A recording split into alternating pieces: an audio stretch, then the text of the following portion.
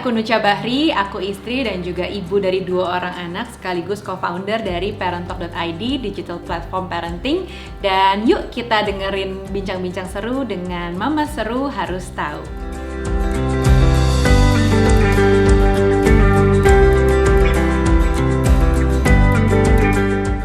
Awalnya aku bikin parentalk.id karena pada masa 4-5 tahun yang lalu melihat parenting sepertinya sempurna sekali.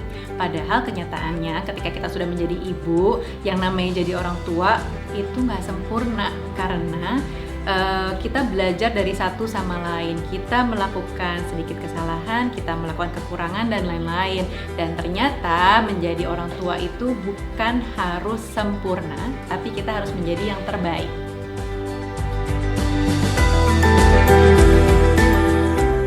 Suka dukanya bikin konten parenting banyak sekali. Yang pasti pertama sukanya adalah karena hal simple dari apa yang kita lakukan dengan keluarga kita itu bisa menjadi konten.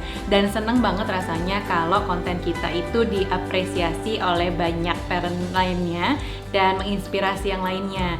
Tapi dukanya juga banyak ketika kita lagi nggak tahu mau bikin konten apa, ketika kehidupan kita itu aja jadi kayaknya mandek, nggak punya konten lagi. Tapi yang pasti aku paling happy kalau konten-konten di Parentalk itu bisa menyuarakan aspirasi dari sesama orang tua. Kita sama-sama belajar, kita curhat, kita sharing secara positif.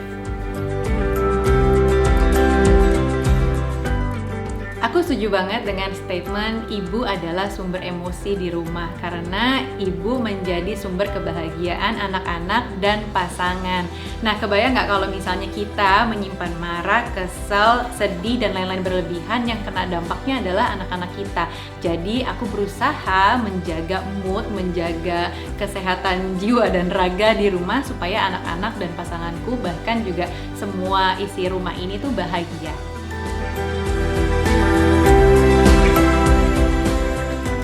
Cara aku mengelola emosi di rumah adalah dengan berbagi pengasuhan kepada pasangan. Jadi aku yakin bahwa dan aku menyadari bahwa aku nggak bisa mengerjakan semua sendiri. Pasti aku butuh support system. Yang pasti nomor 1 adalah suami. Jadi aku berbagi pengasuhan bersama suami. Yang kedua, belum lagi aku membutuhkan mbak-mbak di rumah untuk mengurus rumah juga sehingga pengasuhan tuh menjadi lebih ringan dan menyenangkan. Kalau aku seperti itu.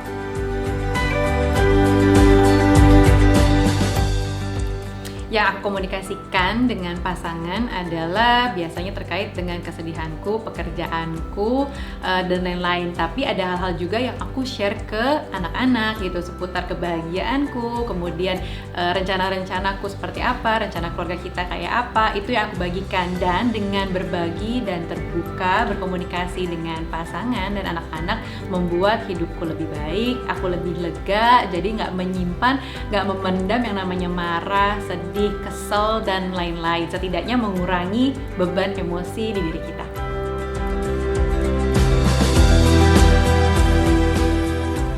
Selama pandemi ini kita di rumah aja justru membuatku lebih happy karena bisa kerja dari rumah dekat dengan anak-anak.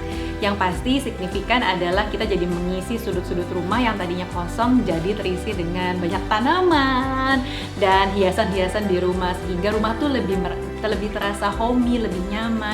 Dan tapi juga ada yang signifikan kita rasakan adalah kurangnya sosialisasi dengan lingkungan, dengan teman-teman, dengan keluarga yang kita sendiri memang nggak ketemu, jarang ketemu, dan itu membuat kita rasanya seperti ada jarak dan komunikasi dengan dunia luar.